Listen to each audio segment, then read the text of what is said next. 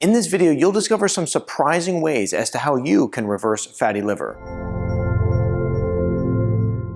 When we look at liver statistics in the United States, it's quite alarming. It's estimated that over 100 million people are suffering from fatty liver. And we know if you have fatty liver that it comes as a package deal. It's not just fatty liver alone. It's typically insulin resistance, it's high cholesterol, low cholesterol, it's imbalanced triglyceride. It comes with a whole package deal. And so what we want to do is we want to make sure that we're working to reverse this issue, and not just reverse fatty liver alone, but all the other issues that come in that package deal. Now, when we look at conventional ways to reverse this issue, a lot of people are going and looking towards the pharmaceuticals, right? But this isn't something that necessarily reverses it. It's more of something that manages it. So we want to talk really about reversing the issue of fatty liver. We want to talk about the different nutritional resources that gets to the root cause of this so that you can truly live a good life. So that's why in this video, we're going to discuss a surprising way to cleanse a fatty liver. And at the end of this video, we'll talk about some lifestyle factors that are very important to go and implement into your daily routine. But before we get started, I'm Dr. Zyrowski, and welcome to the channel. If you're new to the channel, it's a pleasure to have you here. Be sure to subscribe, hit that bell notification, and join our notification community. That way I can help you excel your health and your life. Let's go ahead and kick it off here and talk about why. Why are people suffering from fatty liver? I recently had a patient come in. She said, well, you know, my father's suffering from fatty liver. He's not doing well. And it was really interesting because she also had said to me, well, you know, I don't even understand. He wasn't an alcoholic. He hardly ever drank. And I said, no, your father wasn't an alcoholic. It has nothing to do with alcohol. This is non-alcoholic fatty liver that he's suffering from. And the fatty liver isn't, like I said, anything to do with alcohol. It's really more lifestyle based. And let's talk about some of those lifestyle factors that really drive fatty liver. First of all is obesity. If you're someone who has obesity, then you're pretty much guaranteed to have a fatty liver issue. Like I said, it's not just the fatty liver alone. It comes with the whole package, right? And so we want to make sure that if you're someone who's overweight, if you're someone who's obese, you're working to go and start losing that weight so that you can work on reversing fatty liver. It's very difficult to reverse fatty liver if you're not working to reverse your weight problem.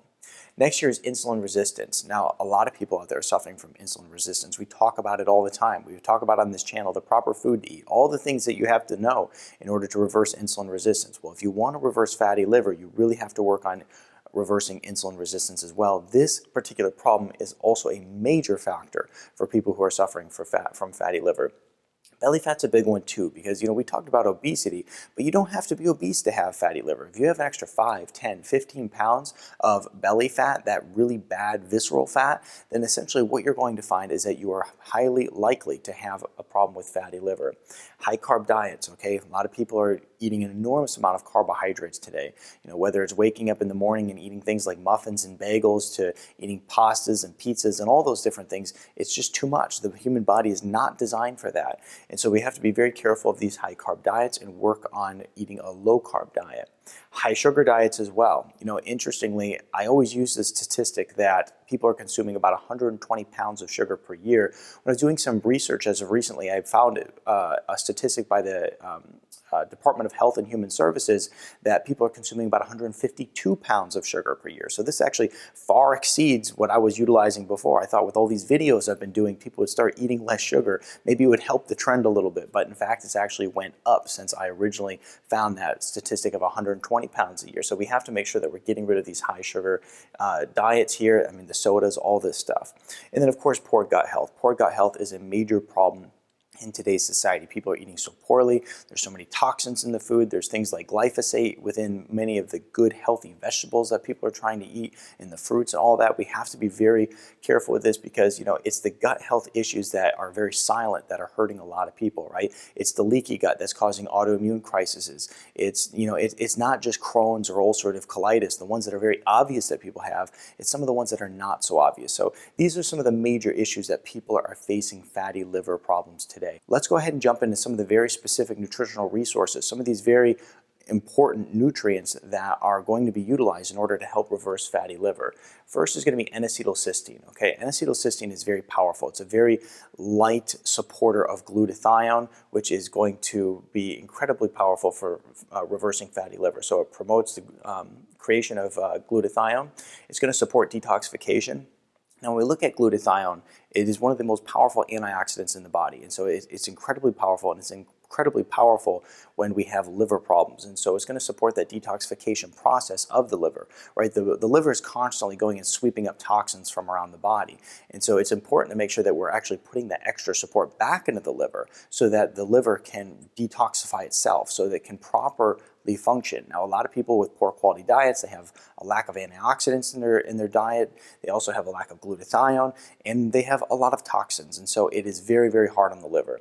We also want to make sure that we're improving liver defense, and that will do so. Using N-acetylcysteine is a great way to protect the liver day in and day out, and it also is going to help increase your antioxidant defense system, right? Because what happens with this fatty liver and any liver problem is that you have this inflammatory problem that starts to occur, and then you have all this oxidative stress. We have to make sure that we're using antioxidants in order to reverse the inflammation, reverse the oxidative stress, and support proper liver function. N-acetylcysteine is very powerful.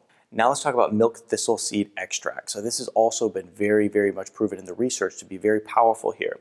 It's going to support antioxidant activity, right? We talked about how important that is for reversing inflammation, reduces inflammation and damage, and you're seeing here that common theme of what we're trying to do: reverse oxidative stress, reverse inflammation, go in and reverse the damage to the liver cells. It's going to help neutralize toxins, which is very important as well, right? Because phase 1, phase 2 detoxification occurring is very important. If we're not going properly through these phases of detoxification within the liver, then we get a toxic buildup within the liver, and that's not healthy by any means. It's going to help protect the liver cells, the hepatocytes. It also is going to increase the cellular glutathione. We talked about that, how important it is. There was a review of 103 different studies. Basically, what they found is statistically positive results when it came to using the milk thistle seed extract. And what I'll do is I'll put a link in the description to these different nutrients that we use clinically, because it's so important to make sure that you're using these in clinically relevant doses, right? People will see this a lot of times and they'll go and buy something off the store shelf that's super cheap, and then unfortunately it doesn't do them any good because it's not clinically relevant, it's low quality.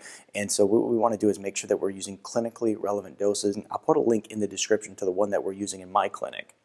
Alpha lipoic acid is the next thing that we need to take into consideration. Now, first of all, it's going to support glutathione. You see how important glutathione is here, right? We're supporting glutathione every step of the way.